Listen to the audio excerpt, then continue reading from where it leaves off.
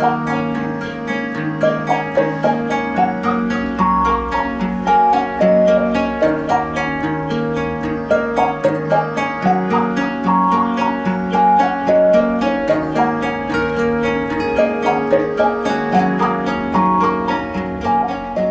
of the surprising features is how much of your work is held in public collections around the country, and how active various local authorities, small education authorities, councils, museums and things were in acquiring work from contemporary British artists during the 60s and early 70s.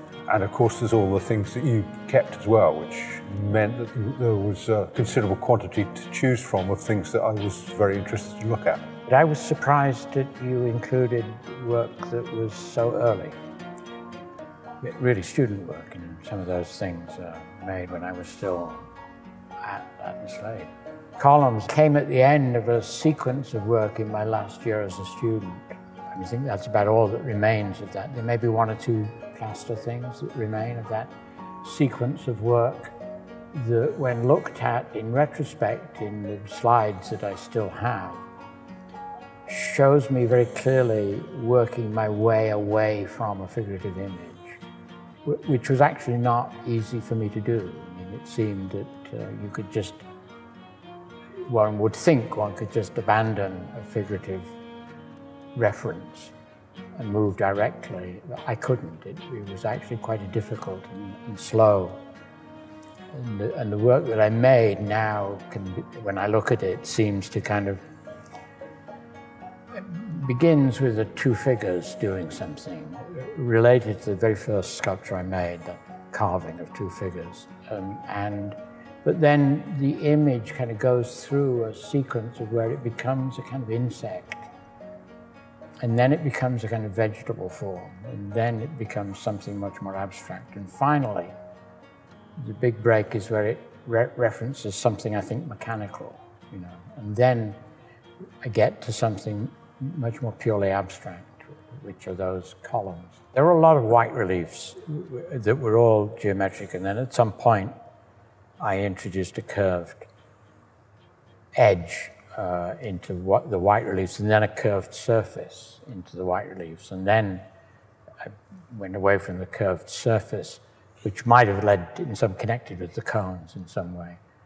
But then I started making these colored reliefs, which was when the constructivists broke with me. They said I couldn't do that.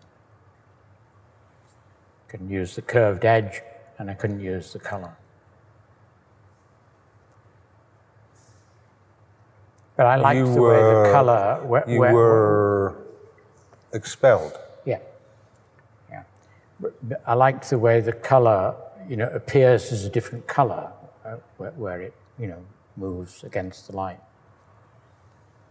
Just, you know, whereas the white reads as a gray or a... So was it a pleasure to be expelled?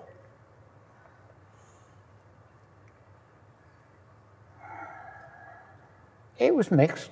It was mixed. I mean, I felt angry and hurt and sort of vaguely relieved, but I couldn't, you know, I think I felt more angry and hurt than felt relieved. Mm-hmm. It wasn't a pleasure, no, it was mixed.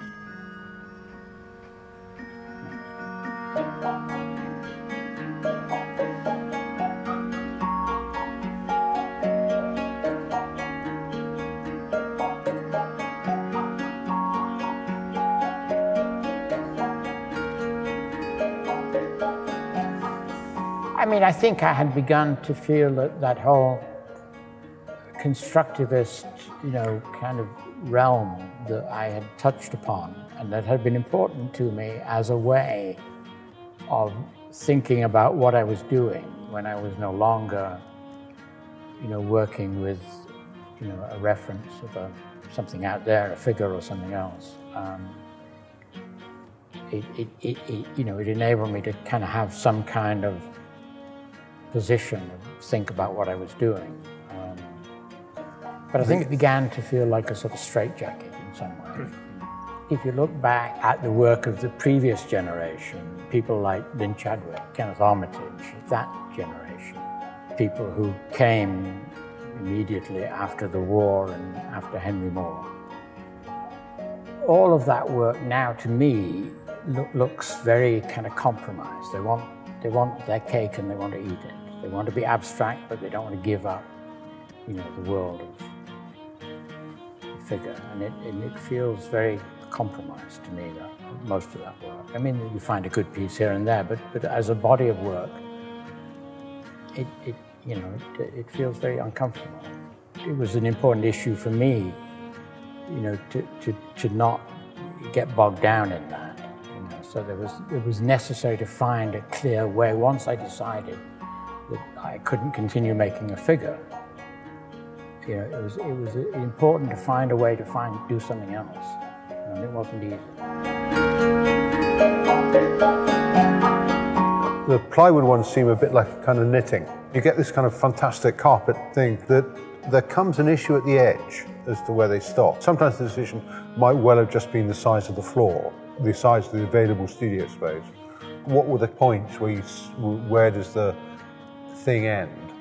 It had to do with my sense of having, you know, got to a place where beyond what I could reach, you know, some sense of it being commanding enough square footage without seeming to be greedy. Coming to this piece, I kind of began to wonder what came next. You know, the work is beginning to be a purely visual phenomenon, to almost disappear. And it was the end of the road for me in some kind of sense of trying to make something that I could call a sculpture that didn't offer itself as an object. You know, that's a kind of intellectual kind of game in a way, but the feeling was this had become so immaterial, and so I wanted something with some heft to it, some substance to it. I wanted to get back to something that felt more real, you know, more substantive in some way. And the shed offered me that possibility. It just happened, fortuitous, that I started playing with this material that had been a shed. And at what point did materiality itself become something of real interest to you? Certainly post-breakdown, the materiality becomes hugely various, the rubber one. Yeah, and it is with the attempt to work with steel that the physical stuff begins to be, you know, something that I'm very conscious of in the beginning, because working with steel was a real problem. Well, working with steel obviously remains a problem, because there's only one steel work in this show. Two. Frill and breakdown. So there's only, apart from breakdown, there's only one steel. I didn't enjoy it at all, working with steel. Whereas, so up against the kind of obduracy of steel making. Yeah, I mean, I think up until, you know, my fellowship with the British Steel Corporation, the stuff that I'm using is a means to an end. It's not incorporated in determining the end in the same degree. It's not the only way this thing could be made. I mean, those reliefs could be made out of other material than what they are made out of. This could be remade in steel or something. You know, the fiberglass pieces are made out of fiberglass, but they don't have to be. Yeah, why did you use fiberglass? Well, it was relatively inexpensive.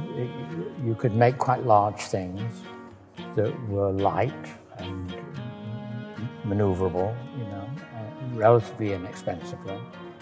And we were under the illusion that they were more durable than they actually are initially, and we had no sense that the material was in any degree toxic to use.